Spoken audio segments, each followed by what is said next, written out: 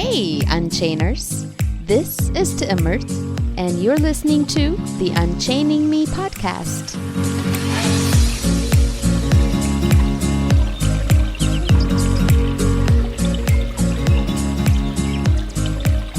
Hello, friends! Welcome to another episode of the Unchaining Me podcast.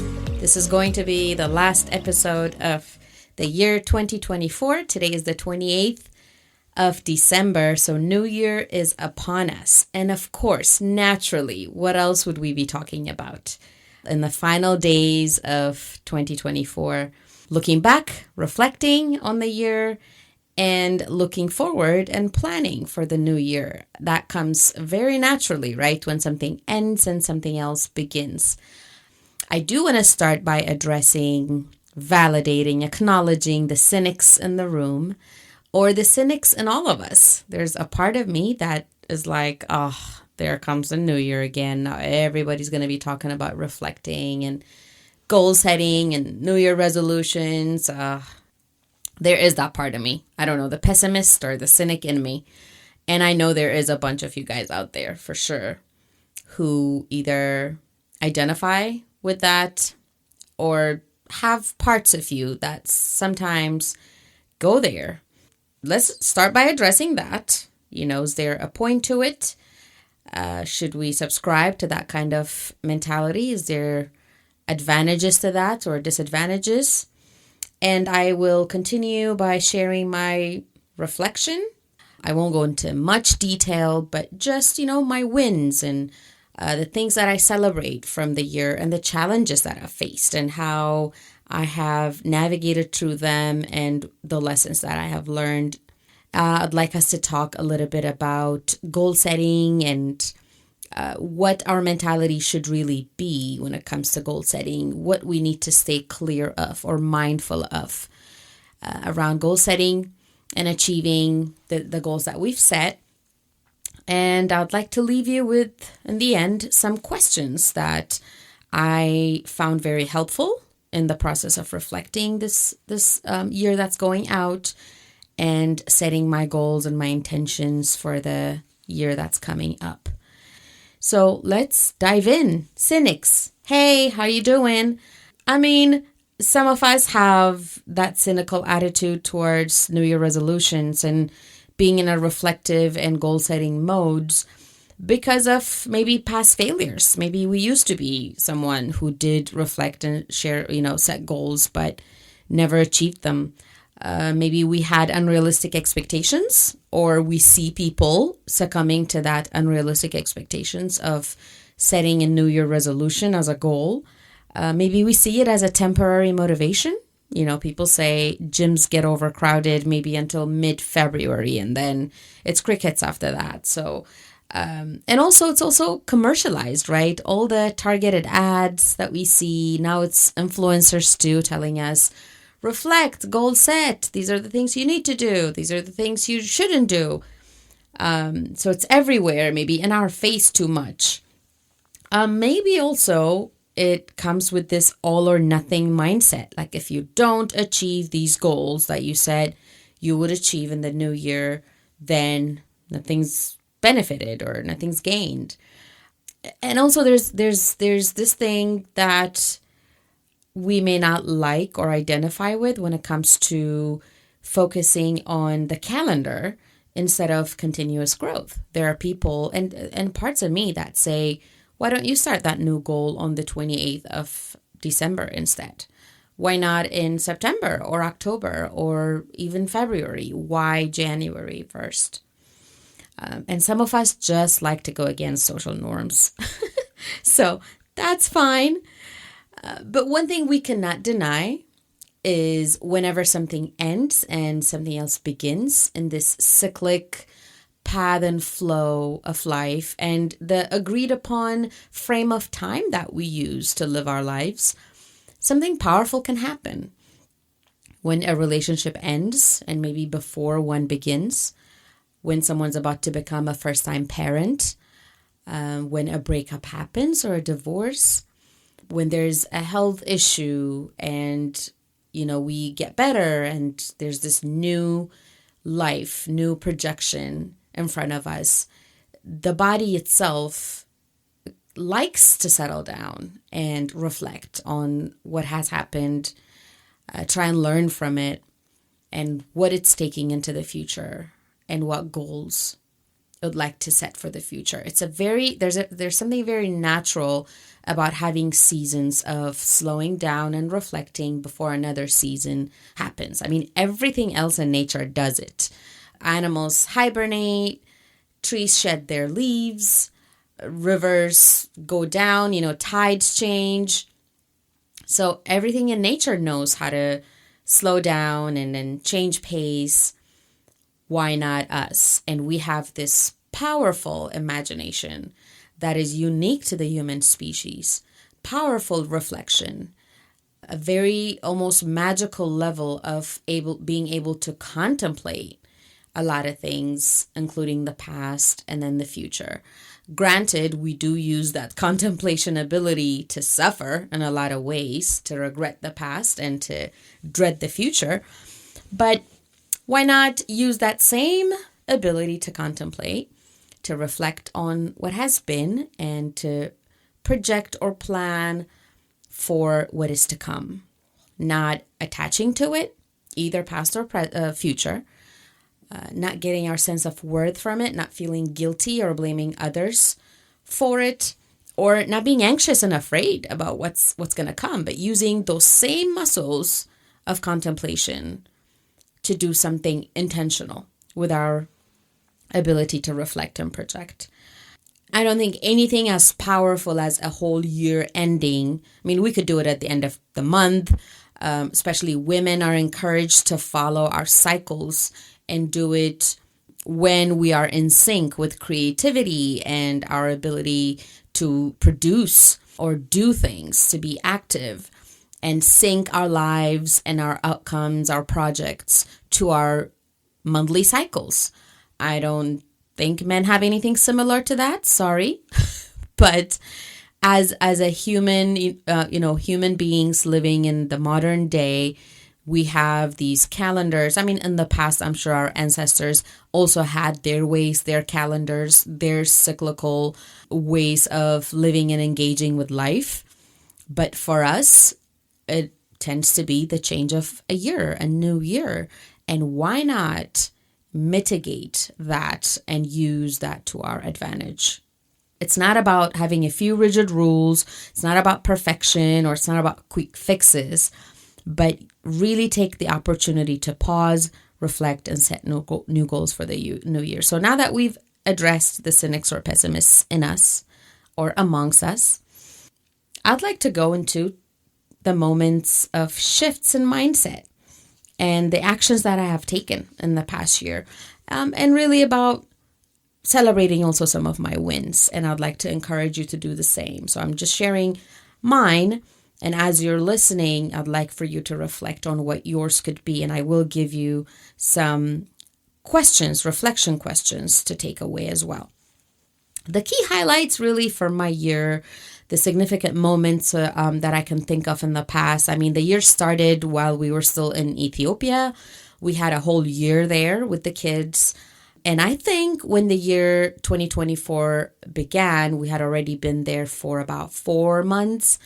And I was starting to get this rude awakening that moving back to the motherland and raising my kids there and living there was not as rosy and the dream as I used to make it out to be in my imagination. So I was kind of coming to terms around January, February time that there were things that were working against me and against who I have become by simply being in Ethiopia, simply being that close to family and being susceptible to the other energies and the forces and the norms and the traditions that, to be honest with you, took healing for me to individuate from. I got to the bottom of all of that, I think, towards the springtime. And I remember talking to my husband and both of us agreeing that maybe this is not for us. Maybe this is not for our family. In the past, I used to think, being an immigrant, first generation, living in a Western country, and really allowing my new experiences of traveling the world and living here to really change me and shape me. It's made me someone who was in the middle, right? Not really an Ethiopian anymore, not quite an American. So somewhere in between, neither there nor there, kind of limbo. But having lived in Ethiopia with my kids as the new person that I am, I realized that being in Ethiopia brings out a lot of the things in me that I've found the need to heal from and has benefited from healing from. So we sat down, me and my husband, and we were like, okay, this was a mock move to see how the kids would react, how we would feel about all of the things that we wanted to appreciate about our birthplace and places that we were raised in, our families, getting the benefits of a slower pace of life, domestic help, being close to friends and family, all of that. And, we came to terms with the fact that while all of this benefits were there and we benefited from them, that it was not something for us and for our families in the long run. So, the highlights were a long time, beautiful time with my friends and family. Of course, being back to a family system, relationship structures that never helped me, actually were in some ways sources of my attachment issues and my trauma, was not easy. I had to really learn how to regulate myself in action, not in theory, which I had repeated to myself and preached for years, but in person, in action, not just a vacation for a month and you fly back, but being there for the long haul was different to really be the new person, the new identity, but the new expectations and boundaries that I brought to an old family structure or relationship structures that expected me to behave in the old ways that they were used to. We were able to have perspective about things that really mattered to us. I mean, as funny as it may sound, the fact that we did not have enough parks for the girls was really getting on our nerves. Like, it was a hassle to engage the girls outside of the house, outside of TV, and get kid-friendly places and get to them in a timely manner with, bearable traffic. Ironically, the very same things I thought I would enjoy and find luxurious back in Ethiopia ended up being the things that I realized I didn't need in my life or want in my life anymore. First thing that comes to mind is the domestic help, having someone there helping you with domestic chores, cooking, cleaning, and things like that. And while I appreciated the extra set of hands, I realized my values of space, privacy, being able to control our, nutrition, to make sure that things did not get tossed out of the trash that can be used. It was not fun, to say the least. So it gave me perspective. Like I spent years thinking that if only I had that, then my problems would be solved, or I would have more time for myself, or I would be freer. I felt a sense of powerlessness and didn't feel like I could be self-sufficient. As many people as I could delegate to do all of the things that I was expected to do here in America was going to be my saving grace, but it did not. It did not. I actually missed doing things for myself and for our family, being intentional about what I made, what I cooked, how I shopped, managing the waste. I remember after coming back, I wanted to pick something up from IKEA that needed a U-Haul truck, and I rented that. And I've done that throughout my 20s and 30s. Every time I moved from an apartment or from state to state, I, of course, got an extra set of hands to help me with the loading and unloading, but I rented and drove my own U-Haul trucks. And when I came back and I had to pick something up from IKEA and I went to do it, I realized that being self-sufficient was so important to me, and it empowered me in ways that getting the extra time because I hired someone else would empower me. That was important for me to note. I'm not saying it's for everyone to do that. And there is a lot to be said about being able to hire people in an affordable manner to help with the day-to-days of life. But for me personally, that self-sufficiency and power that I felt being able to do those things for myself was more important to me. And anybody who's lived in Ethiopia knows that that is not easily accessible. Moving back in the summer really gave me that perspective and solidified realization that that was not going to be our future. I was faced then to reintegrate myself after a year away, and the girls too, because there were changes that we saw in the kids from how certain things were socially acceptable back there, but aren't here. Personal space, hugging and kissing, and certain things that are frowned upon in American society that are really welcomed and celebrated in Ethiopia, which is one of the things that I miss about it, really. So that was an interesting curve for all of us to get back onto, rekindling friendships that were not maintained while I was away, getting back into therapy, which I wasn't when I was away, and Lord, I needed it. Getting back on my healing journey, which also meant cultivating presence. I did not go back on social media until months after we got back. It was very important to me to establish my routine of healing and fitness and personal development, which I had strayed away from when I was in Ethiopia, and really benefit the gratifying effects of that for myself before I started sharing it with anybody else. And it was important for me to just be present with my family. I started a new fitness routine, hired a personal trainer, and started lifting weights. Those are really the key highlights of the year. When I reflect back on the year, there are things that I'm so grateful for. It's not lost on me that living a well-examined life is a luxury for many. A lot of people out there find some basic life necessities difficult to secure.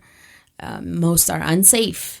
Most are in the middle of wars and famines and physical, emotional, mental threats to their well-being. So I'm grateful more now this year than I ever was for the luxury I have to be able to feel safe, be in a life that I want to be in a peaceful environment that allows me to work on myself, to heal, to raise my kids as consciously as possible, to improve myself and mentally, physically, to ponder things that are beyond basic survival. So I'm grateful for that. I am also grateful for my marriage, being in a relationship with someone who is not afraid to do the work on himself, is willing to listen and understand things that might have otherwise been threatening for the male ego and the way that our culture and religion mostly have really shaped us, to seeing a woman who ponders and rumbles with her power, herself, her identity. So I'm grateful to be in that relationship where that's supported, mirrored, shared, and nurtured. I'm grateful for self-awareness. I'm grateful for my ability to take responsibility for my actions, my ability to let go of my past, which has had a grip on me for a very long time. I'm grateful for the gift of service that fills my heart to be able to reach people out there, women out there who I wish I had, who I wish I could have listened from when I was in really dark places in my past.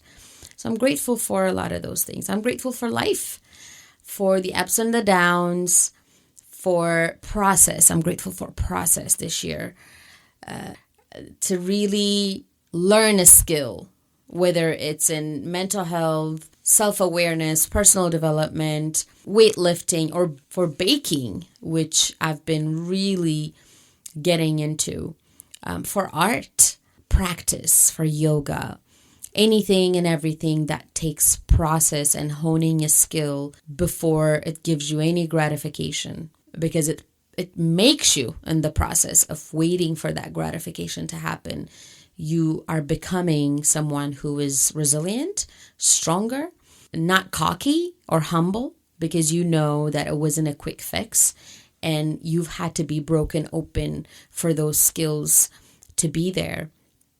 And it gives you empathy for other people who aren't there where you are. And you have, again, this service mindset, this giving mindset to help them see beyond their circumstances. So I'm grateful so much for those things.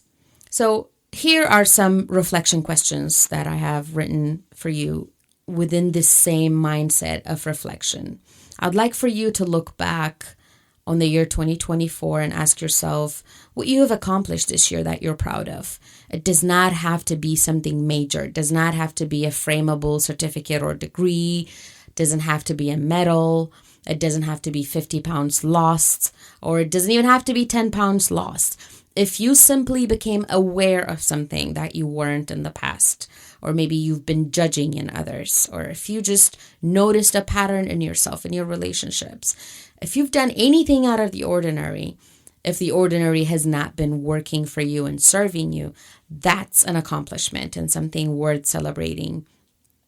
And then what challenges have you faced, right? Really write them down. Challenges from within, challenges from without.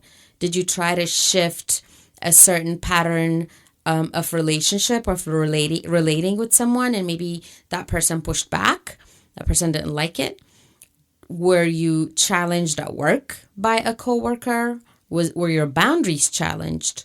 Or internal challenges? Were you dealing with a lot of self-doubt? What were the challenges that you faced? It is so important to reflect on those, because first and foremost, you will be aware, and you're strengthening that muscle of self-awareness by reflecting and going within, because most of us find it easy to just blame and deflect and be defensive. But reflection really means you're going within. And what were sources of joy for you? And who was your source of support? Was there an influencer or a teacher or book, a friend, a loved one, a spiritual support? Who has been of good support for you in the past year? For me, I'm so proud of releasing my past, cultivating responsibility. Responsibility is not like, oh, I'm responsible for the bills. Not that kind of responsibility, but responsibility.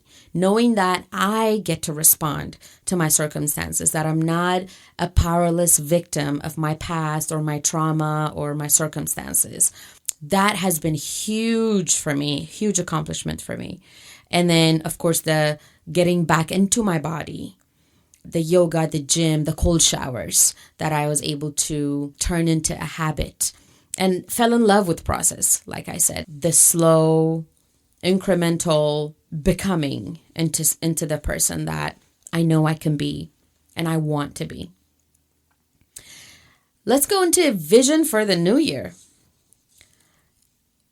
What are your personal and professional intentions for the upcoming year? I'd like you to ask yourselves.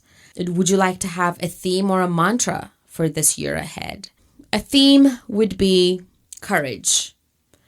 Courage to continue, not relying on motivation, because it takes courage to really beat resistance. Resistance is something that wants to hold you back. Resistance is something that you're going to experience sometime mid-February after you've started a new habit in January, taking you back to old ways. The courage to plow through resistance and not wait for some creative motivation like New Year, because it won't come for another 12 months. That is courage.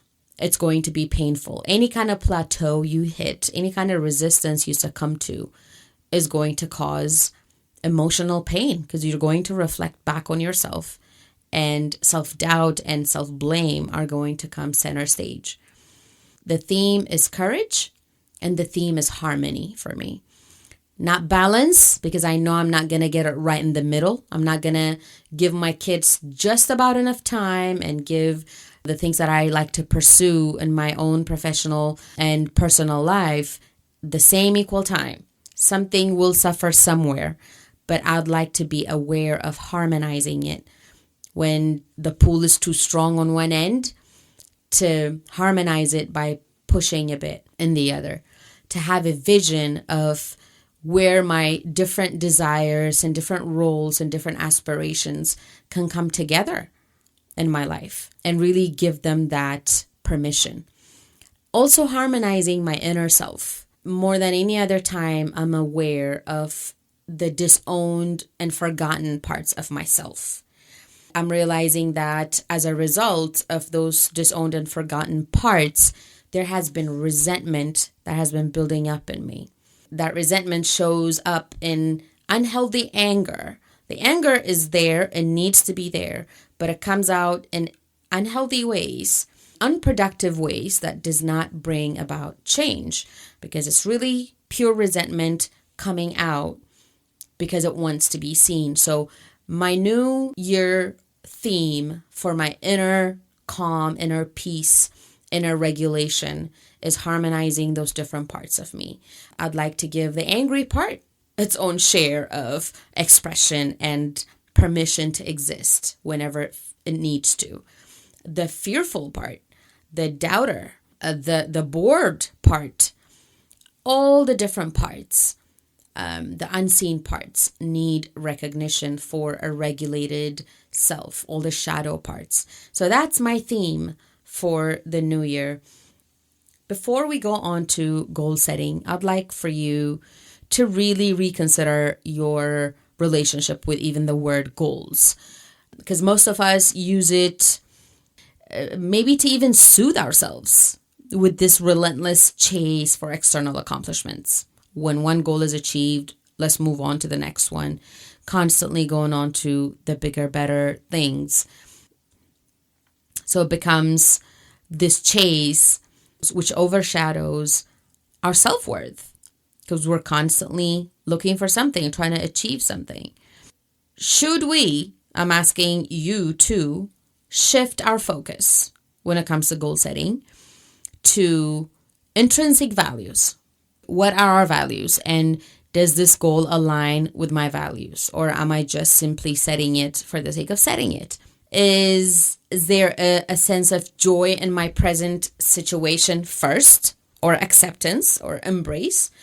Or am I using a certain goal to get away from the present moment as a means of escape, which doesn't last, which when and if the goal is achieved is only a matter of time, most probably very short amount of time until we're on to the next one, because the moment that we're going to arrive to with the said goal achieved is still not going to be enough if we're used to discounting the present or not being okay with how things are in the present moment before we set out to change what we don't want.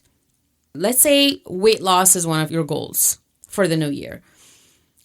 Really question where that goal is coming from. Is it because you don't like how you look? Is it because it's something society and commercialized ads tell you what you should? Is it because a favorite influencer is doing it? Is it coming from a place of self-hatred? Or could you shift that goal and connecting it to a personal intrinsic value, which is maybe being more healthier? Maybe your value is motherhood and you want to be around for your kids in the long run, as vital as you can be physically. Maybe this is how it was for me. Maybe you're sick and tired of not being strong enough to do day-to-day things, to pick up your toddlers or to run around in the house or play with them or go up the stairs without losing your breath. So connecting it to an inner value will give you sustainability for the journey.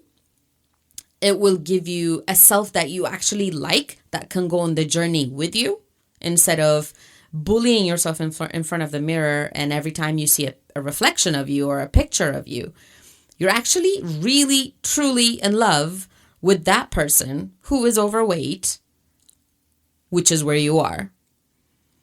And you start from that place of acceptance and self-love and connect the goal to an intrinsic value, which is beyond the scale. So you may not even need to jump on the scale every day or every week, because you are actually feeling stronger. You're actually feeling better, because the endorphins from moving your body are going to be almost an immediate hit. The actual goal is going to take time to unfold, but you're in no hurry. You're in no hurry, because you're not trying to arrive anywhere. You're not on some relentless chase for an external accomplishment, which is going to overshadow your self-worth. You've tied the goal to your intrinsic value. So I think that's really key.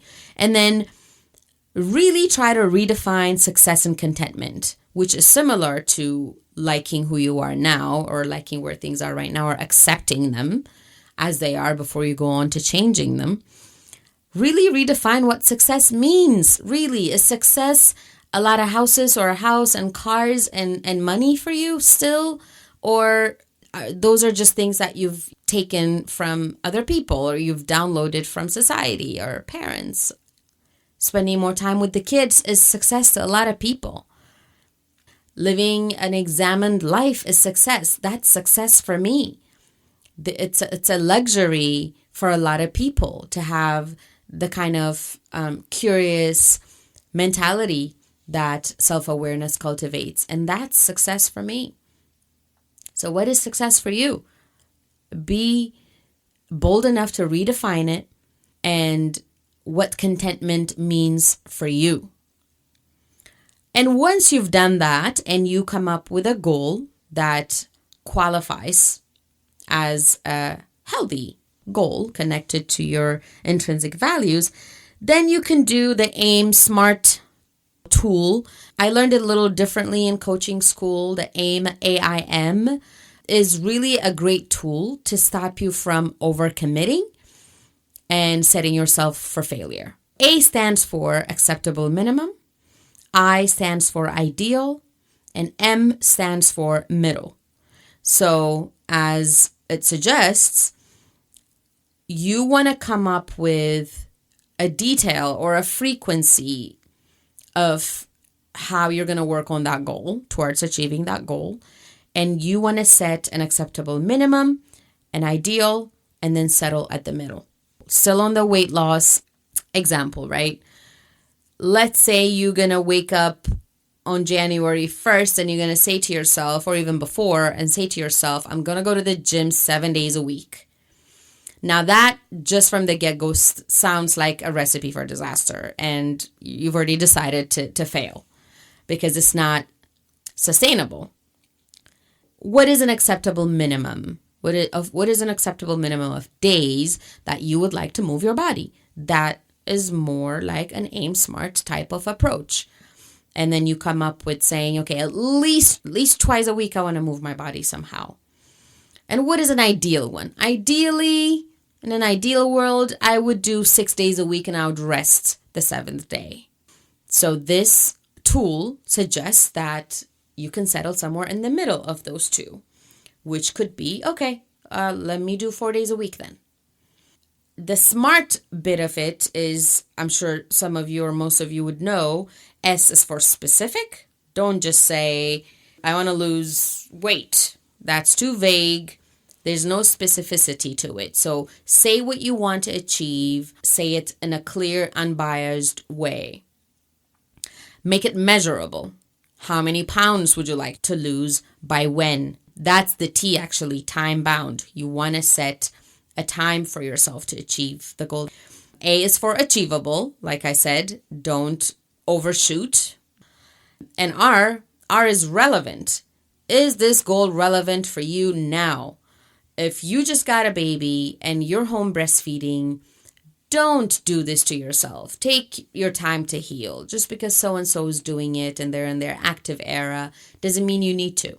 There can be a goal that you can set that keeps in mind and considers the factors that are specific to you right now with a newborn baby who's dependent on you for survival.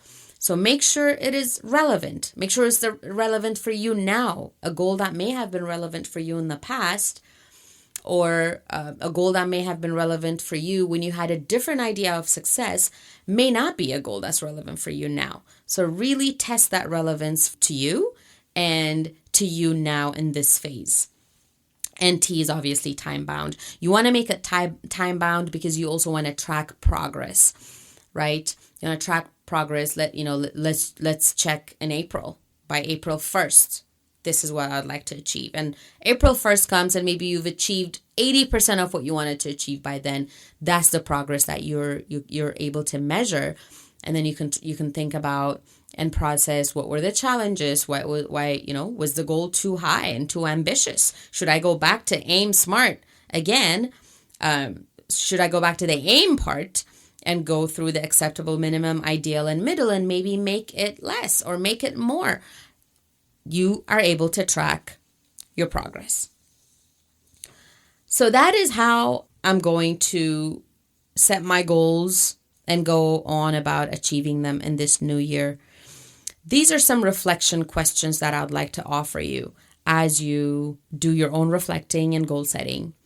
Definitely have a vision. If you're a vision board kind of person, a mood board kind of person on Pinterest, go ahead and do it. What habits specifically or mindsets will you focus on developing? Please don't fall into the trap of doing everything and becoming everything. Please.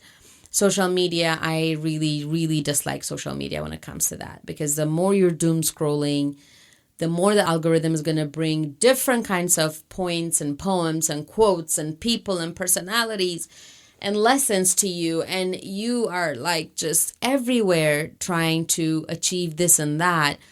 All you're going to walk away from when you put your phone down and that kind of mindset is feeling defeated, feeling less than, the goal becoming much more intimidating than it should be because you haven't focused on a few things that are relevant to you, important to you, connected to your value, timely and achievable to you. So yes, go ahead, take inspiration and encouragement from influencers online.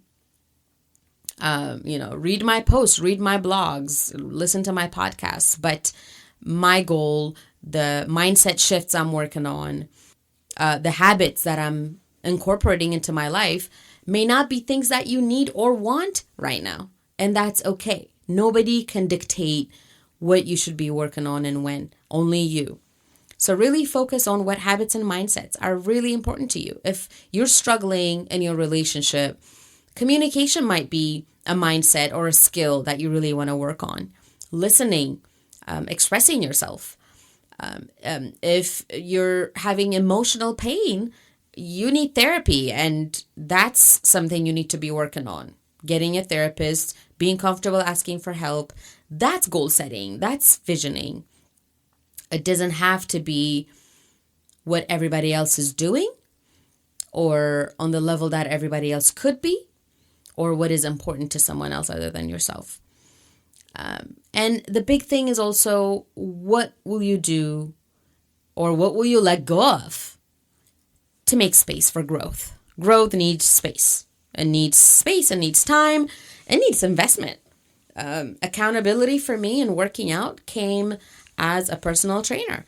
I wasn't going to go into the gym and do the things that I needed to do 3 days a week if I didn't have this person dedicated to helping me to do what I need to do, educating me about muscles that I didn't even know I had, and pacing me so I don't hurt myself, and holding me accountable to the things that I say I will do in and out of the gym. That was important for me to invest in, making space and time for growth.